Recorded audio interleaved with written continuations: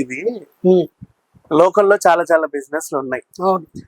అంటే వాటిలలోనూ కూడా అప్పుడప్పుడు అదృష్టం బాగుంటే కాస్ట్లీ ఉన్నాయి. ఇప్పుడు చేపల బిజినెస్ చేయాలన్నా పులస కాస్ట్లీ, దానికోసం వేటాడినా పంట పండినట్టే. ఇంకేదన్నా బిజినెస్ చేసినా అప్పుడప్పుడు కర్నూలు సైడ్ ఎటో వెళ్తే వజ్రాలు దొరుకుతాయట. ఇంకేవో ఏవో బోల్డన్ ఉన్నాయి. మా వ్యాపారాలు అదృష్టాలు అన్ని రకాలు ఉన్నాయి. ఈ మనిషి అవయవాలతోనే వ్యాపారం చేయాలని ఎందుకు అనుకుంటున్నారు? రక్తము అమ్ముడే, కళ్ళు అమ్ముడే, కిడ్నీ అమ్ముడే, ప్రతిదీ అమ్ముడేనా? మనిషి అవయవాలు ఏం చేసాయి? ప్రపంచంలో ఉన్నటువంటి అనేక వ్యాపారాల్లో ధనార్జనలో ముందంజలో ఉండే వ్యాపారాలు బాగా చెప్పుకునేది సినిమా చెప్పుకుంటారు. జనరల్ గా సినిమాలో కోట్లు గడించేయచ్చు, సినిమా యాక్టర్ అయిపోతే ఇలా అలా అనుకుంటారు. బట్ వాస్తవాలు మనకి పెద్దగా మనం ఊహించుకోవడమే కానీ తీసుకునే వాళ్ళకి ఇచ్చే వాళ్ళకి తెలుస్తాయి. ఇన్ని కోట్లు తీసుకుంటాడు ఆ హీరో, ఆ హీరోయిన్ ఇన్ని కోట్లు డిమాండ్ చేస్తుంది, ఇవన్నీ ఇచ్చే ప్రొడ్యూసర్ కి పుచ్చుకునే వాళ్ళకి తెలుస్తాయి. బయట ప్రజలకి వినికిడే. అలాగా వాస్తవానికి అనేక వ్యాపారాలు ఉంటాయి. ధనార్జన చేయడానికి చట్టబద్ధంగా న్యాయబద్ధంగా చేసేటువంటి వ్యాపారాలని ఎన్నుకోవాలి.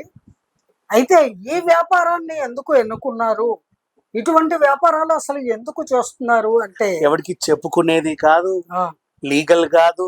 ఆ చిల్లర కూడా ఇలా తీసుకోవు, ఇట్లా తీసుకుంటావు, అసలు ఏం చేస్తున్నావు, ఏం లేదు, అబద్ధాలతోనే బతుకుతావు, భయంతో బతుకుతావు. అంత భయపడి అన్ని అబద్ధాలు ఆడి కూడా చేసే అంత ఏముంది ఈ వ్యాపారంలో? కోటాను కోట్లు ధనార్జన చేస్తారండి. తర్వాత వీళ్ళ కుటుంబాల్లో ఎవరు బాగోరండి. ఎవడు బాగోడు. అందరికి దురలవాట్లు ఉంటాయండి. అందరూ దుర్మార్గపు చావే చేస్తారండి. చివరికి అలవాటు అయ్యాక వాళ్ళు అర్ధాంతరం చావులే ఉంటాయి. వాళ్ళకి న్యాచురల్ డెత్లు ఉండవు. వాడికి అవసరం పడతాయి ఈ పాటలు. ఎందుకంటే ఈ వ్యాపారాన్ని ఎందుకు ఎన్నుకుంటున్నారు అన్న ప్రశ్నకి సమాధానం ఏంటంటే, ఇది ఇల్లీగల్ బిజినెస్. లీగల్ గా మీకు ఫలానా బ్లడ్ గ్రూప్ ఉన్న లివర్ కావాలి, దొరకదు. ఫలానా బ్లడ్ గ్రూప్ ఉన్న కిడ్నీ కావాలి, గమ్యం దొరకదు. ఈ లోపల పేషెంట్ హరి అంటాడు. కానీ ఏ బ్లడ్ గ్రూప్ అయినా సరే లివర్ దొరుకుతుంది, ఏ బ్లడ్ గ్రూప్ అయినా సరే కళ్ళు దొరుకుతాయి, ఏ బ్లడ్ గ్రూప్ అయినా హార్ట్ దొరుకుతుంది, ఏ బ్లడ్ గ్రూప్ అయినా కిడ్నీలు దొరుకుతాయి అనేటువంటి మార్కెట్ విదేశాల్లో ఇంప్రూవ్ చేసుకొని చేయడానికి వాళ్ళు ఏ దేశంలో మనం ఎక్కువ డబ్బులు పారేస్తే మనకి అవయవాలు దొరుకుతాయి అని అన్వేషిస్తారు. మన దేశమే ముందుంది అని వినికిడి ఇప్పుడు తెలుస్తుందిగా. అందువల్ల ఈ వ్యాపారాన్ని వాళ్ళు ఎన్నుకుంటున్నారు. కేవలము ధనాపేక్షతోనేనండి. అసలు ఈ ధనము నిలవదు. ఏదో ఒక రోజున వాడు ఎక్కడో చోటున పట్టుబడతాడు. ఇప్పుడు ఎంత గుట్టుగా ఎవడో చూడలేదు కదా అని చేసిన, అక్కడ ఎవ్వరూ చూడని చోట కూడా ఉండేది పరమాత్ముడు. పరమాత్మని దృష్టిని తప్పించుకొని వెళ్ళలేరు. అలాగే పరమాత్మ ఇచ్చినటువంటి ఈ జన్మ, ఈ దేహము, వీటిల్లో ఉండే ఈ సోల్ ఏదైతే ఉందో, దట్ ఈస్ సోల్ ప్రొపరైటర్ ఎవరు? ఈ సోల్స్కి పరమాత్మే. సో అవి గమనిస్తూ ఉంటాయి కదా, చీల్చి చెండాడతాయి. ఏదో ఒక రోజున నిజాలు నిగ్గు తేల్చి ఎవడు ఈ అసలైన కారకుడు ఈ క్రైమ్కి అనేది బయట పెడతాయి. అప్పుడు వీళ్ళ పాపము ప్రక్షాళన అవుతుంది. వాళ్ళకి తగిన శిక్షలు విధింపబడతాయి. కొందరు ఆ శిక్షను తప్పించుకోవాలని ప్రయత్నిస్తే ఏదో ఒక రూపంలో యాక్సిడెంటల్ డెత్ లేదా ట్రీట్మెంట్ చేసే లోపల చచ్చిపోయే మరణమో లభిస్తుంది వాళ్ళకి. కానీ ఇటువంటి వ్యాపారాలని ఎన్నుకోవడం అనేది అసాంఘిక చర్య, చట్టానికి వ్యతిరేకమైనటువంటి చర్య. అంతేకాదు మానవత్వహీనమైనటువంటి చర్య, మానవ జాతికే మచ్చ తెచ్చేటువంటి చర్య. అలాగే ఏ దేశంలో వాళ్ళైనా సరే ఇటువంటి చీకటి వ్యాపారాలు చేసే వాళ్ళకి ఆ దేశానికి కూడా పరువు తక్కువ. అంతేకాదు ప్రపంచంలో అందరూ కూడా యావగించుకొని అసహించుకొని అందరూ ఇలా వేలెత్తి చూపించేటువంటి చర్య. అంతేకాదు అతి కిరాతకమైన చర్యగా మనము అభివర్ణించాలండి. ఈ అవయవాలను అమ్ముకోవడము అనేటువంటిది చాలా దారుణాతి దారుణము. కానీ ఒక పక్క వైద్య విధానము ఇంప్రూవ్ అయ్యింది అని ఆనందించాలో అర్థం కావట్లేదు.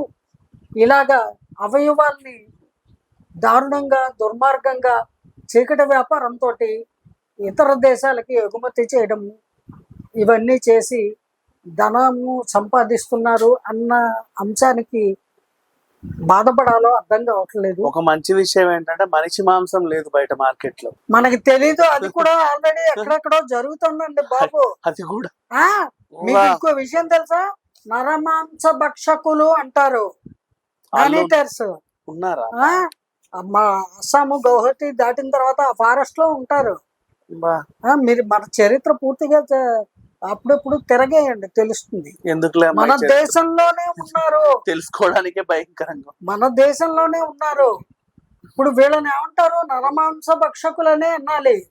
ఒక మనిషిని దౌర్జన్యంగా మాయ చేసి చంపేసి శరీర అవయవాల్ని దోచుకొని అమ్ముకొని తద్వారా వచ్చే ధనాన్ని వీళ్ళు అనుభవిస్తున్నారంటే వాళ్ళ రక్త మాంసాలను వీళ్ళు తింటున్నట్టేగా.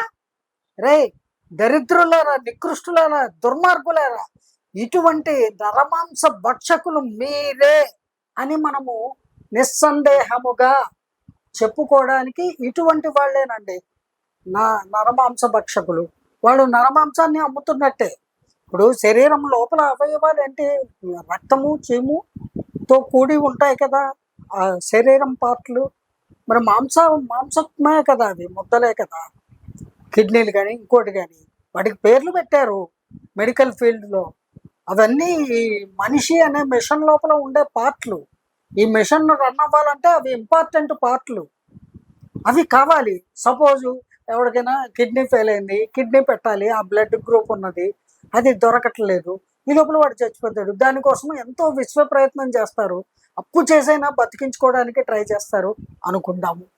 అప్పుడు దొరకాలి కదా. దొరకాలి అని అంటే న్యాయబద్ధంగా ధర్మబద్ధంగా ప్రభుత్వ అనుమతితోటి స్వచ్ఛందంగా శరీర భాగాలని ఎవరైనా డొనేట్ చేసిన వాళ్ళ ద్వారా లభించేవి కొనుక్కోవచ్చు.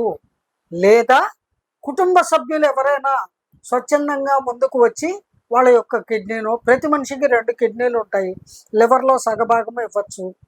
అలాగా వాళ్ళుగా స్వచ్ఛందంగా డొనేట్ చేస్తే ఆ ఫ్యామిలీ మెంబరు అదే బ్లడ్ గ్రూప్ మ్యాచ్ అవుతుంది కాబట్టి దాన్ని డాక్టర్లు యాక్సెప్ట్ చేస్తారు, మన గవర్నమెంట్ కూడా అంగీకరిస్తుంది. చేయించుకునే వాడికి ఆత్మ తృప్తిగా ధైర్యంగా చేయించుకుంటాడు, ఇచ్చేవాడు కూడా ఇష్టంగా ఇస్తాడు. అవును, ఎందుకంటే నేనుండి మా అన్నయ్య చనిపోవద్దు, వాడైనా నేనైనా కలిసి 4 ఏళ్ళు ఉన్నా చాలు మాకు. అప్పుడు ఆ ఆపరేషన్ కూడా సక్సెస్ అయ్యి వాళ్ళందరూ ఆరోగ్యంగా ఆనందంగా జీవిస్తారండి. ఓ 10 ఏళ్ళున్నా ఇటువంటి ఆపరేషన్లు అయ్యాక ఆ 10 సంవత్సరాలు ఆనందంగా ఉంటారు. ఇదెక్కడి గొడవ, ఇదెక్కడి దౌర్జన్యం, ఇదెక్కడి దుర్మార్గం, ఇదెక్కడి మానవుణ్ణి బతుకుండంగా ముక్కలు చేసి అమ్మడం, నరమాంసాన్ని భుజిస్తున్నట్టే. తద్వారా వచ్చే ఆర్జన సంపాదన తిని బతికే నికృష్టులు నరమాంస భక్షకులనే అంటారు. ఇంకో చెండాలం ఏంటంటే, చెప్పండి, ఆ మాంసం ముద్దలు మీరు అమ్ముకునే అవయవాలు ఆడపిల్లవైనందుకు ఆవిడని ఆ రకంగా కూడా దోచుకొని మరి అంతకంటే పరాకాష్ట ఉందా? స్త్రీని అబల అని అంటారు, సబల అని నిరూపించుకోవడానికి పాపం పిచ్చి ప్రయత్నాలు చేస్తోంది. ఇటువంటి నేరస్తుల్ని పట్టుకునేటువంటి ఆ షిట్లో ఒక మహిళా అధికారిని కూడా సెంట్రల్ గవర్నమెంట్ నియమిస్తే ఆ మహిళా సోల్స్ అన్ని ఆనందిస్తాయి అని నా చిన్న అభ్యర్థన. Thank you.